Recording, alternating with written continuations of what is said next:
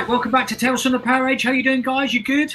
Yeah, brilliant. Cheers. All good. Brilliant. Right, tonight we're going to take you all the way back to 1990 and 1991. So this was a massive return to form for the mighty British heavy metal juggernaut that is Judas Priest, and the amazing album Painkiller and Tour, which two of these guys on this podcast were bear witness to the following year. But before we get into that, can I just remind you to please give us a subscribe, hit the house bell, get involved. Tell us if you were at this tour. What did you think about it? Because there were a couple of huge bands that played in support as well. But before we do all of that, we're going to go on to what came before. So what came before this album, which is a bit of an interesting one, very different from this one for sure. Yeah, this was them getting heavier after Turbo. I remember at the time when I bought this album, I was quite disappointed, even though it got heavier, which was a good idea. It just didn't sound that great.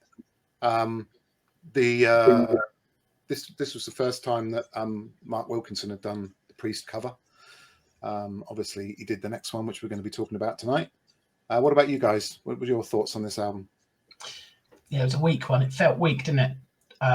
It was better because it was heavier, but there were a couple of dodgy tracks on it that would put you right off. Yeah, I mean the song "Heavy Metal" was probably the worst song, isn't it? It's not really very heavy, and it's so digital. That's right. Yeah, I forgot to mention the song titles were a bit moronic, weren't they? But "Ram It Down" itself, the track, is one of their best songs in my opinion. It's got about 39 guitar solos in it, so you can't go wrong with that. Mm. Yeah, Monsters of Rock, I'm a Rocker, Hard as Iron, Blood Red Skies, Johnny Be Good, of course, Love Zone, Ram It Down, Heavy Metal. Yeah. Brilliant. But Johnny Be Good.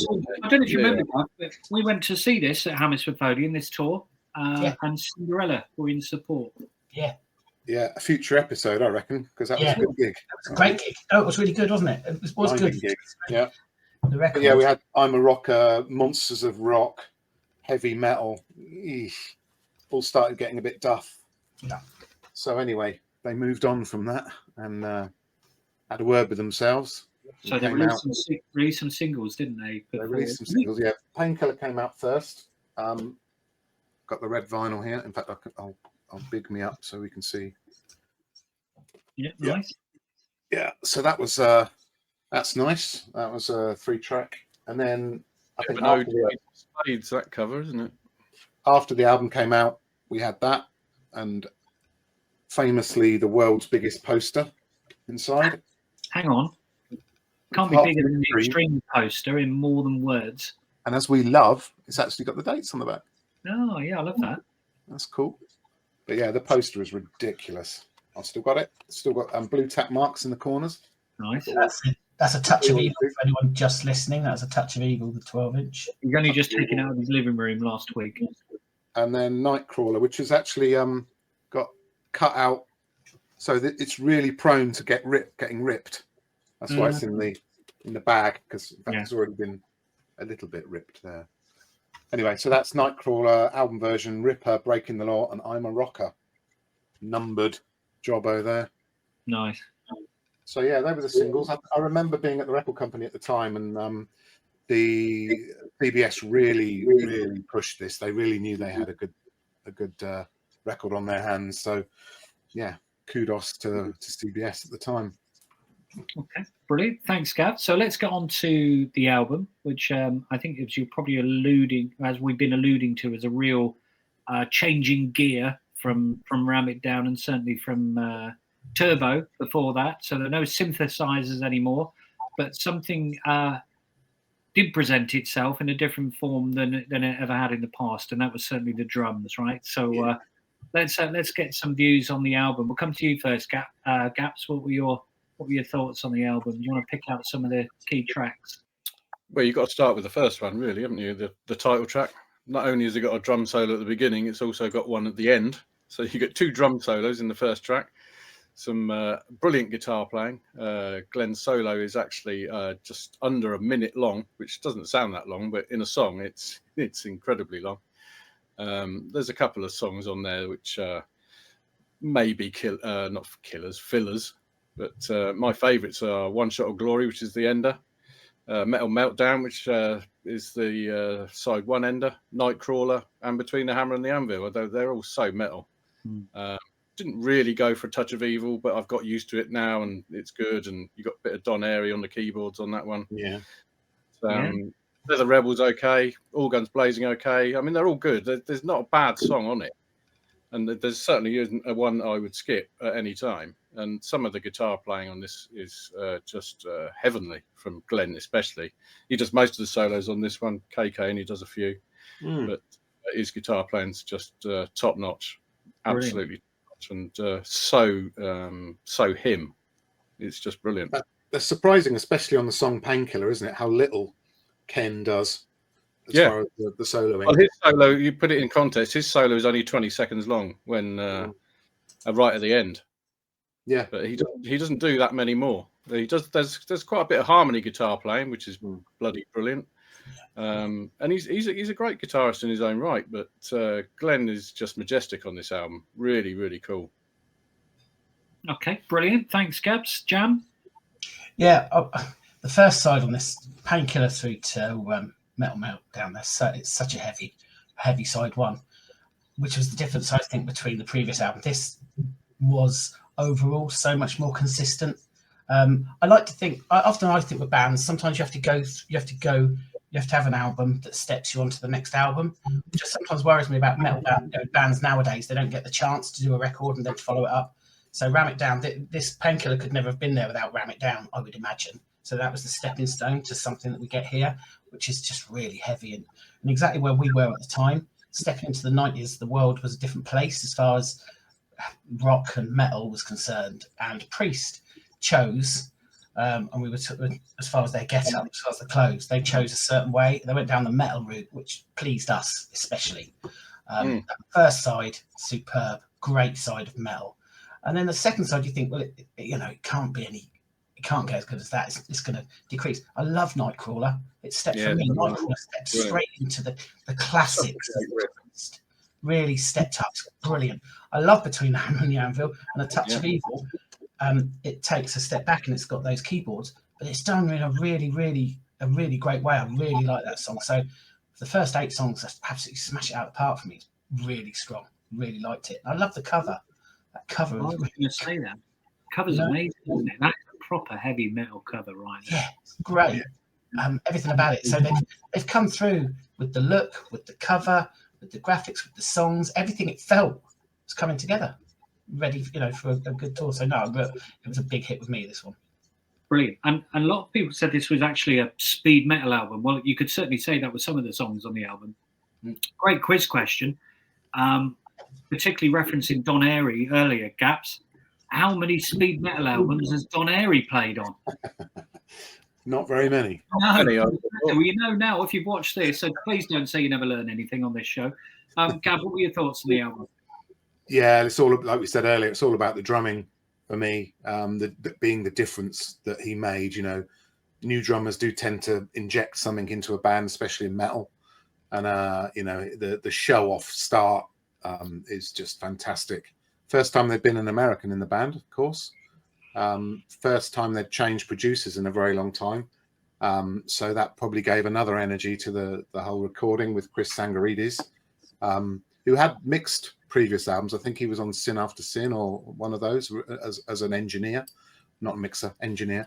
That's how they knew him. So he came back into the fold and gave it a much more kind of modern metal sound. Having said that, the last album did sound more metal than I remembered it when I listened to it yesterday. Yeah. But yeah, he's double bass drumming on almost every track, just like the contemporary bands were doing at the time. They made exactly the right call getting him, and borne out by the fact he's still with them today. Yeah, it was obviously a great choice. I pretty much like the whole album, to be honest. I think it's got a consistency all the way through in the lyrics and in the sound and the drumming. Double bass drum on every song except for the Touch of Evil in various different speeds. But as a drummer, this is a tour de force to try and play along to. It's keeps you fit. And also, interestingly, was partly recorded in Whistleord Studios in the Netherlands, which is same as Hysteria. So okay, that's interesting. In the technology stakes, it was obviously right up there. But yeah, great album. I've got the original one here. Wow, doing the show don't and see tell. many of those around. And I got cost you a bit now. Yeah, and I got the gatefold, which was there was a range of back on black. Oh yeah, yeah. So this is really nice, and it's kind of a matte cover. It's really cool. It's cool. Huh? Yeah. So it's just licensed plastic head distribution. So that's cool. I only got that a couple of years ago. It's quite recent. Has that got the extra track on it? That one, Gav? Yeah. It's got two actually. It's got Living Bad Dreams and Leather Rebel Live. Right. Yeah. There you go. So they have changed. They've gone back to their image a little bit, hadn't they, from the early 80s? And we've got another video on our channel. Any more studs on that jacket? No, which is an interview with Judas Priest. Now, sadly for us, we weren't interviewing them, but they were being interviewed in Kingston at Prism. And they were talking about how they got into the leathers and the gear and all the rest of it. Now, for those of you who've been avid followers of Judas Priest will know that actually they leaned away from that for a couple of years in the mid-'80s. So it was all fluffy hair and yellow shirts and white shirts, etc. But they certainly came back with a vengeance for this, for sure. And they definitely looked, as I remember them looking, in their classic, probably early 80s era. And this was a well-celebrated album, still is today, right? Indeed. Definitely. Yeah. Yeah. Excellent. So, look, two of us were lucky enough to go to the gig. Before we go on to the gig, though, there was some press ads, so we'd like to talk through some of those. So, Gav, do you want to just... Yeah, surprisingly few press ads around. I looked for press ads for the actual album release, and I literally couldn't find any. But that's by the by. You got your classic traditional one there, your Sounds black and white, which is brilliant, with only one support band listed, which might suggest that the other band we're going to talk about were a later edition. Yeah. The other ones are much more glossy, and Metal Hammer, in fact, sponsored this tour, as you can see from the top of the ads. And then a slightly different look for the German later on the tour. But yeah, cool graphics, everything you want from a metal tour advert. Yeah, I was just going to say Aston Villa Leisure Centre. I saw the Black Crows there, I think 92, and I saw it was weird because this is not a million miles off my birthday, and I don't remember them playing that. And it was literally only around the corner from where I was living at uni at the time, and I saw Jane's Addiction on the weekend straight after that. Oh wow! Yeah, which was the other venues must have been booked, I guess. Yeah, I guess that was the Hummingbird, Gav. So the Leisure Centre used to go and play badminton in there, believe it or not. Well, they would have played Birmingham Odeon or the NEC at this stage? Yeah, the Odeon was closed then. So it was just the NEC and the Hummingbird were the main sort of Birmingham venues at that point. It would be too small for them, wouldn't it? Oh, it's pretty big, 2,000 or 3,000 in, I think. So okay.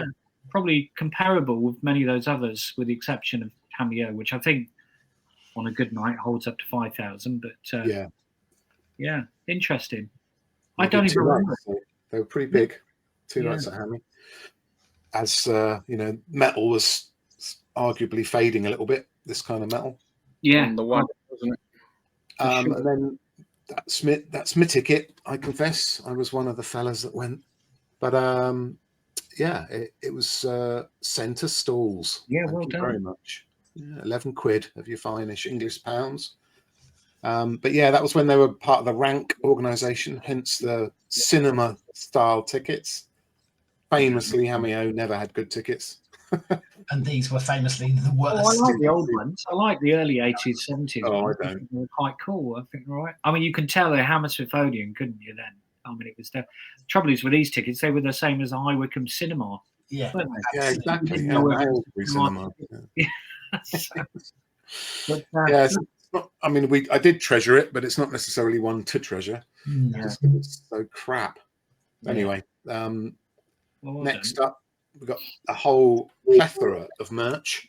Now, this is from various. I didn't buy merch that night, and as far as we can tell, there wasn't a program because I can't find an image for the program. Please let us know if you've got one. But I've got the tour before and the tour after, and various other Priest programs. In fact, I've got about 8 Priest programs, but I haven't got this tour. So either I was skint or they didn't make a program for this tour.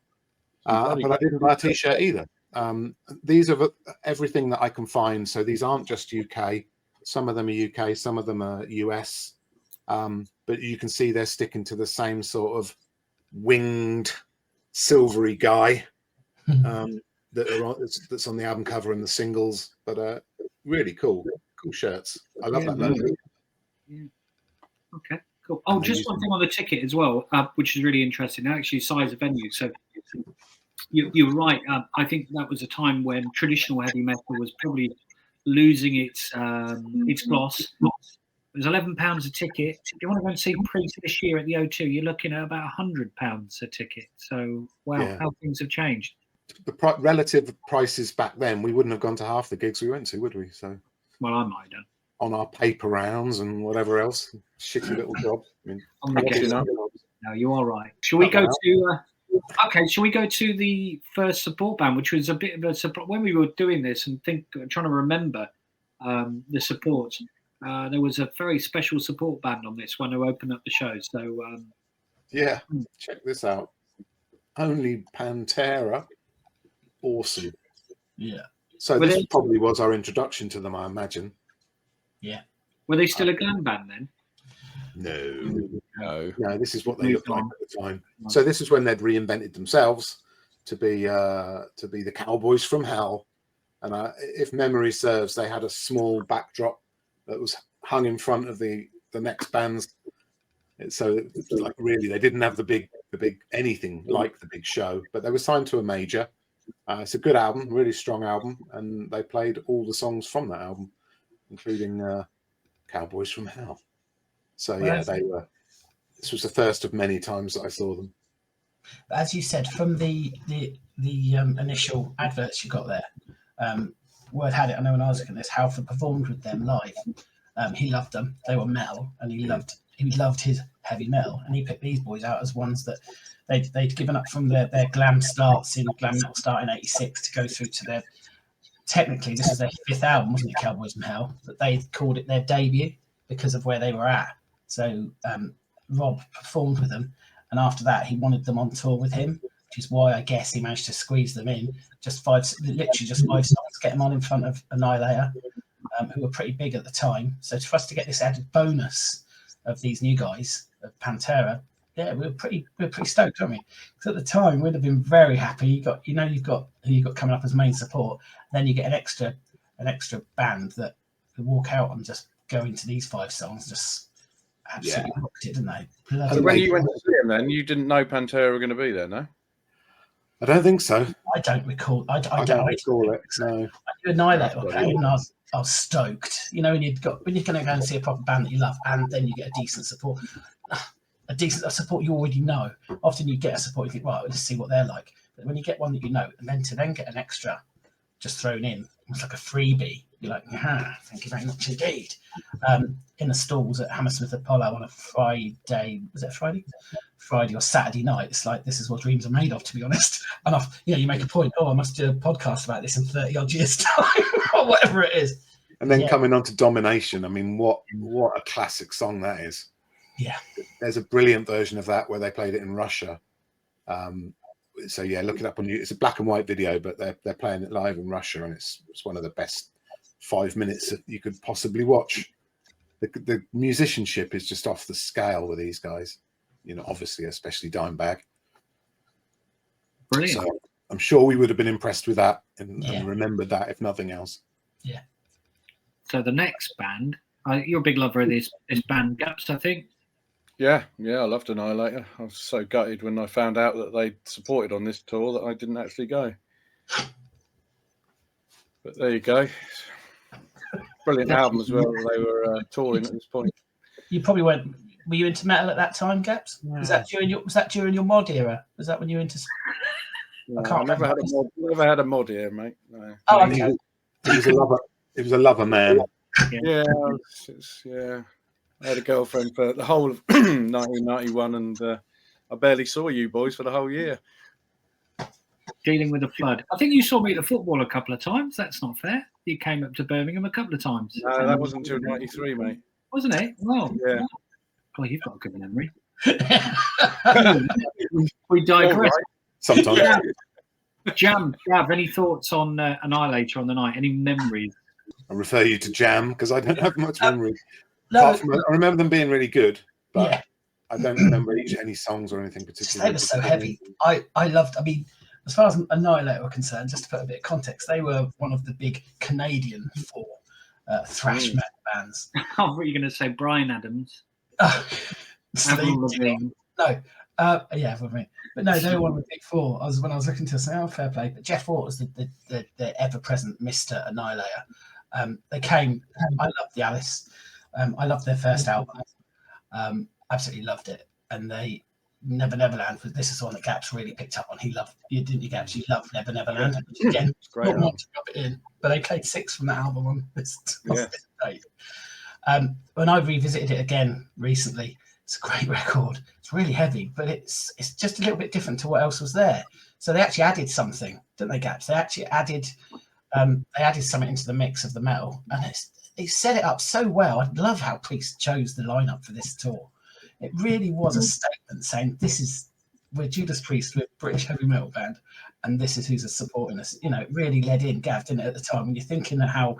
I think Jeff Waters was a massive Priest fan as well. Which would make complete sense. Yeah, it makes sense, totally. Yeah. But every one of those tracks is great. I mean, I'm doing a Gaps there, but they're also good. That's such a solid album, Neverland. If you haven't listened to it, give it a whirl. If you haven't listened to it lately. Yeah, you won't be disappointed. Yeah, no, it's great. I was going to say, I saw in 2024 Love Rocks Festival. I saw a guy who had a Jeff Waters signature guitar, and it had Annihilator on it. And it was a rock and blues festival down in Dorset. And I saw this guy come on. I thought, what's going on? And I pearled down the front straight away, and they were just immense. They should have been a rock and blues. They were playing proper metal. He adored. I chatted to him after the gig, and he was a massive. The band in question, give him a plug, Prometheum. He was a massive Jeff Waters fan, and they were great. And it was almost like seeing the spirit of Annihilator literally in this rock and blues festival. So Jeff Waters obviously has spread the word even to this day. It's absolutely superb. But no, I just remember them being really, really good. Setting it up perfectly for Priest to come out to a packed weekend audience at Hammersmith, and those nights were special, weren't they, Gav? Yeah, I mean, it's such a brilliant venue that you almost can't go wrong seeing anybody there. But that lineup, God, yeah, fantastic. So that was Annihilator. Let's get on to the main course in the heavy metal kingdom that is Hammersmith Odeon, that the boys have already mentioned. And you know what? This could have been any tour over the last 30 years with that set list. So, Gav, what are your thoughts on the set list? Well, it's incredible that bands normally want to highlight their new product first, don't they? So you normally get a new song, at least 2 or 3 in, but we had to wait till All Guns Blazing after Electric Eye before we got a new one, and then only 2 more after that with Nightcrawler and Painkiller. So they really were kind of trying to balance the new and the old here. But coming on Hell Pimp for Leather, it's not a bad start, is it? 1-2 punch with Grinder, and then one of my favourite Priest songs ever is Electric Eye. So yeah, I mean, like we say on a lot of these, I wish this was on, a pro shot DVD or something. It's a good era, really good era. Okay, cool. Jam, any memories from these? One of those ones when you go and see a band live, and you're often like, you want all their greatest hits and that. But sometimes when a band does a great record, you want them to play. And this is one of those ones where they only played 3 new tracks. I would have been expecting A Touch of Evil, a lot, as well as maybe Hammer and the Anvil, because only 3 tracks. Still, it was amazing. But you're left thinking, wouldn't have minded to see her in a couple more. That's when you know that you've got a good latest album on your hands. They played these songs. I looked because I was curious. These songs spread over 7 albums, which is a great spread of tracks when you're a proper band presenting. All the greats. This includes most of my favourite Priest tracks. Beyond the Realms of Death. I just thank you so much. It's one of those ones that I'd always be saying, Thank you. That's worth the ticket money alone. But backing up with the Sentinel, which they've never played enough over the years, in my opinion, it should be on every Brilliant. That's so brilliant. Yeah. I love Nightcrawler. Green Man Alicia is one of those ones that I've always loved since I was but a child. Yeah. I mean, for me, if they could have managed to squeeze Desert Plains and Heading Out on Highway in, I would have just actually probably combusted, because that would be my all-time 6 favourite Priest songs. But what a set. Brilliant. But yeah, that's a really good bit of analysis on how many albums they came from, because they were basically wiping out the last 2 albums, weren't they, at least? Yeah, completely. There's no Turbo. I mean, I know they didn't play Turbo for years until they started doing Turbo Lover recently. But nothing off the album before either, so they're kind of ashamed of it. Not even the title track. You'd have thought they'd have had to ram it down, wouldn't you? I would have. Yeah. So they were basically saying, no, this is our new direction, and this is the old stuff that fits with it. Yeah. And you know, as we said, the perms were growing out, KK, and you know, the clothes were getting harder again from the American look they had during the Turbo years. Yeah. And the live album that came after that. You know, and it was all good news as far as I was concerned. The other thing is Rob was starting to look more metal again. You know, I guess harder, more tattoos, that kind of thing. You know, and it does make you think whether he was side stage watching Phil Anselmo and taking a little look as to, is this the future? Is this what I need to look like and I need to behave like? And as you said, they played together on, you know, there's a few, like Skid Row as well, you know. Rob Halford did always have his finger on the pulse of new stuff. Yeah.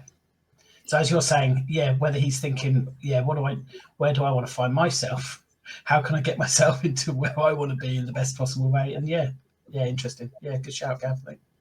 Well, and we know where that led. Yes. You know, that led to him thinking, do I need this setup, or would it be better doing something completely just written by me, produced by me? You know. But overall, for us to see this, to actually have this gig, it was an absolute banging set. It was a great weekend, great tour, great album. For him to sign off in this way with Priest is amazing. Yeah, completely amazing. Normally you have some weakness before you go, or some sort of frustration, or but talking about leaving at the totally at the top of this Priest era, it was a huge success, wasn't it? And the tour went on for ages. Yeah, 2 years, nearly 2 years, I think. So next thing we know, that it's all turned sour. So that's a nice segue into what came next. Yeah. So remarkably, we've found the news that Rob was out, and he wanted out himself. It wasn't obviously he wasn't sacked. And it took him a couple of years to form Fight, which was his solo band. He managed to keep the contract with CBS or Columbia, and he put an album out pretty quickly, which is quite collectible now. I was at the company at the time, so I managed to pick one up. So although it's Epic is the same, essentially the same company as Columbia. It's all under Sony Music. And this album had Scott Travis on the drums. So what did that mean for Priest? We didn't know at the time. Interestingly, it also had Russ Parrish on lead guitar, who's a phenomenal player, and you may know him as Satchel from Steel Panther. I think he only lasted maybe one album, maybe 2 albums with Fight, and then obviously Rob went on to do other things anyway. But yeah, it was quite remarkable that he managed to nick the drummer. But then, years later, when they came back with Tim Ripper Owens, he was back in the band. Does that make you think? I don't know the ins and outs, and I can't remember them well enough. How did it work with Rob leaving? Did he leave as in, I'm going to pursue solo, and that Priest was still on the table? Is that how he managed to get Scott Travis, as in, I'm going to do a solo album, we'll come back to Priest? I don't know. Do you know, Gav? I don't know, but I think it was more final than that. Okay. I just find it amazing that Scott was able to do both records. Amazing, isn't it, that he was actually able to stay in Priest? So fair play. It's interesting. It is amazing. They may have pitched it like it's a solo thing, not fully disclosed the fact fact that it's more kind of permanent. But he obviously went back to Priest. Yeah. And I'm guessing KK and Glenn went off and played tennis for a few years as big lovers of that sport. Yeah. It's a big gap, isn't it? That surprised me when I looked it up. It didn't feel like it was that long. But then you shouldn't be surprised given what was happening at that time. So that was right in the midst of Britpop and things changing from metal to grunge and everything else. So maybe that we shouldn't be surprised, because I think a lot of metal bands were searching for their identity at that point. Yeah, and what we said earlier about Rob's direction, the Fight album was heavier, was more kind of brutal. It still had Rob's fingerprints all over it, but it was deliberately kind of tough and Pantera-y. Yeah. Which is no bad thing. No. Not for us at that time. No. Okay, brilliant. Well, that's Judas Priest Painkiller album and tour 90 and 91. If you enjoyed that, we've got some nice Priest videos from last year, actually, where we saw them and Saxon. Sadly for us, we missed Uriah Heep because we had an issue at the bar waiting to be served. Anyways, there's a bunch of really great videos on there. Jamie was lucky enough to get down the front, so check them out. They're really, really good. We've also got an exclusive interview with Judas Priest, which you've already mentioned, at the Prism in Kingston, and it's definitely worth a watch. I mean, it's the best part of an hour, I think, and it's really good, really interesting, actually. So check that out. Loads of other stuff on our live channel as well. If you like this, there will be something to tickle your fancy. If you want to get in contact with us, you can on Facebook on Tales from the PowerAge. You can have a chat with us on X on Tales from the PowerAge at TTFTPR. We're on Blue Sky as well, ttfpr.bluesky.social. We're on Instagram on Tales from the PowerAge. There's a spread shop where you can buy some lovely merch if you fancy that. We've got some of our best patrons and friends who have indulged in that, so please join them, and we'll look out for you when we're out and about. If we see you, we'll give you a reward. Don't expect anything too exciting, like a drink. That's something you might want. Anyway, you can reach us online at www.talesfromthepowerage.com, and that is that. So listen, like I said, give us a sub, give us a like, tell us what you thought, what your thoughts are. Can you remember the tour?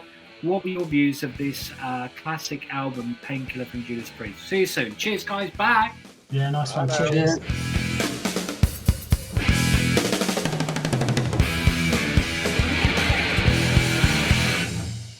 Bill's line, that was comedy gold. Which one? Don't expect something you might like a drink. That was brilliant. Got to leave that in. That's brilliant.